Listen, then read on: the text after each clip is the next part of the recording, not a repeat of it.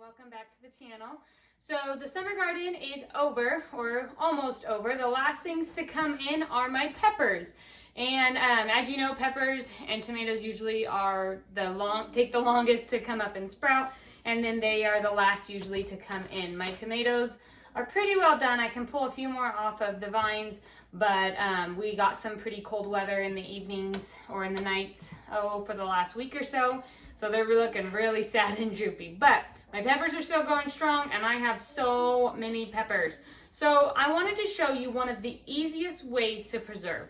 Now we preserve a lot of things this way, but peppers is one of the ways I like to do it the most because I don't technically like to can them. They get a little bit soggy and I don't prefer that. So dehydrating fruits and vegetables or meats is a very good way to preserve something, and it's simple and quick. All you need is a dehydrator. Now I have heard that you can dehydrate in the oven. I think you put it on the lowest setting that it can go, and then you do want to crack it a little bit, your oven, put a spatula or something in it to dehydrate in there, and do it that way. I have never done it that way. I was blessed to get a dehydrator this year, and before that I just borrowed a friend, so I have been dehydrating everything. So what I wanted to show you was exactly how you're going to dehydrate them, and then how to rehydrate them when you're ready to cook. Some of the things that we love to dehydrate are peppers, obviously. We love to do apple chips, which are so simple as a snack. We love to do fruit leather, so if you have a lot of fruit trees and things that are coming in, some of it I can into stuff, and then other times I just make it into something quick as a fruit leather, store them in the fridge. The kids love those. Beef jerky, I'm hoping to get a deer this year, or Clint to get a deer this year, so I can do some deer jerky. And there's just so many things that you can do in a dehydrator. We also use our dehydrator for yogurt, and I'm trying to think of all the uses that I use. Herbs, you can dry herbs in there, and it just makes everything so crisp. One thing you do want to remember when you're dehydrating is doing it long enough that all the moisture comes out, because if you don't, then they will get moldy and they won't have shelf stability. I do store everything that I dehydrate, besides the fruit leather, in a sealed canned jar. So I don't can the jar, I just use the ring and the lid so that it's airtight. And that usually seems to be just fine for the year. Okay, so the first thing that you are gonna want to do is take a pepper that's nicely washed, and you're just gonna wanna cut all of them up into however you would use them. So I'll show you what we do, because I love to use these and rehydrate these for fajitas, to put in soups and stews, or anything like that. So you're gonna take the seeds out, and I cut off both ends, and then you're going to cut them into rings, and then I cut them again once so that I have two pieces. This is a perfect little pepper for fajitas. So, and then if I wanted to, I can also put these into stews and soups and things like that. When you are dehydrating your peppers, you just want, the smaller the pieces, the faster obviously the moisture will come out. But it really, to me, it doesn't matter how small they are. I'll put them in for as long as I need to put them in. I just want them to be the right size for later on in use. So I'm gonna cut up all of these peppers that I have, and then I will show you what the next step is with the dehydrator. Okay, so I got all of my peppers chopped up and sliced into the size that I want. And I use an Excalibur food dehydrator, the 9-tray food dehydrator. That is what we got, and I absolutely love it. So it has 9 trays, and it comes with these little mesh mats, which will stick on here. And for peppers or apple slices, or usually like bigger chunks, this is just fine. You can just use one of these, what it comes with. When you're doing fruit leathers or anything that is like really liquidy, when you go into the dehydrator, you're gonna wanna get one of those silicone mats, or you can do disposable ones, whatever works for you.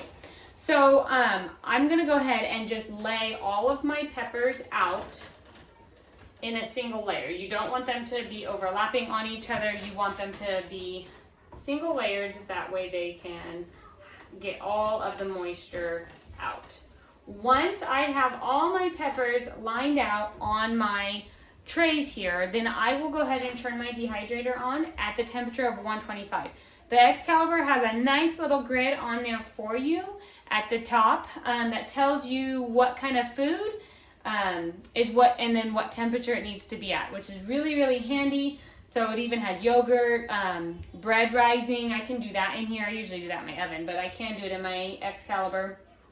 And jerky, vegetables, fruits, fruit leather, those kinds of things are all on the little grid, which is really, really nice and handy. So on it, it tells me that vegetables need to be dehydrated at 125 is the temperature.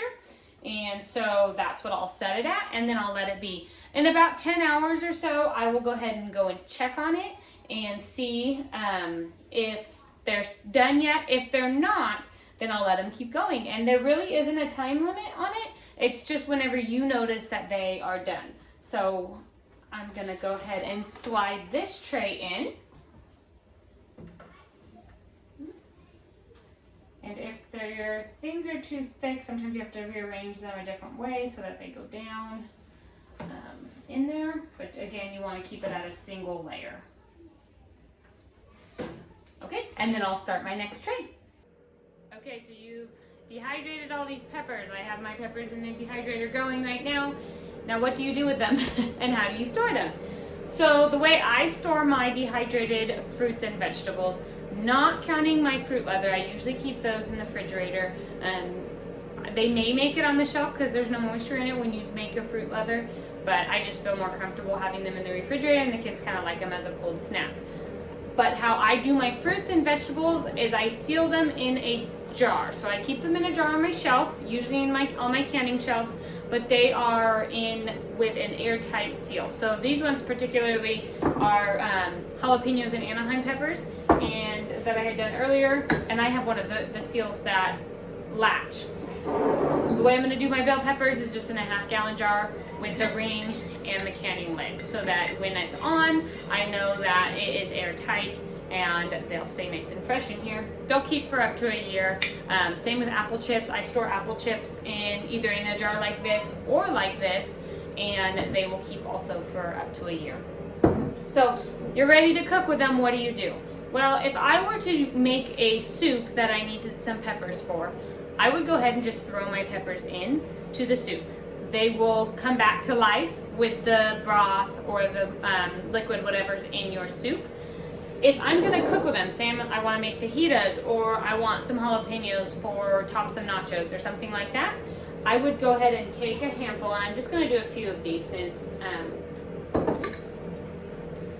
I'm not gonna cook anything right now with them. But I would stick them in a bowl, and I take whatever I needed, and then I would take some hot water and pour them over it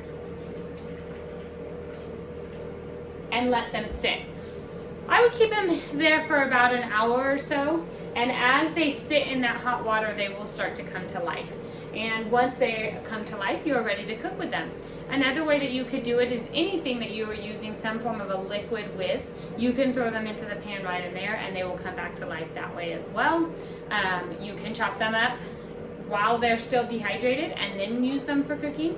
So lots of options to do. But this is such a simple way to preserve without having to get your canner out and to be able to get things quickly on the shelf. The time-consuming part in this is just slicing up whatever you are doing to the size that you want. So, and I think that took me about 15 minutes, 20 minutes with a couple interruptions from some small ones. So it really doesn't take that long to do, and you will have peppers all year long until your garden next summer. I hope that you learned something today about dehydrating, and go out there, get the last of your produce out of your garden and throw them in a dehydrator. It is very easy and simple to be able to use later on through the winter. Have a good time, and we'll see you next time. Take care.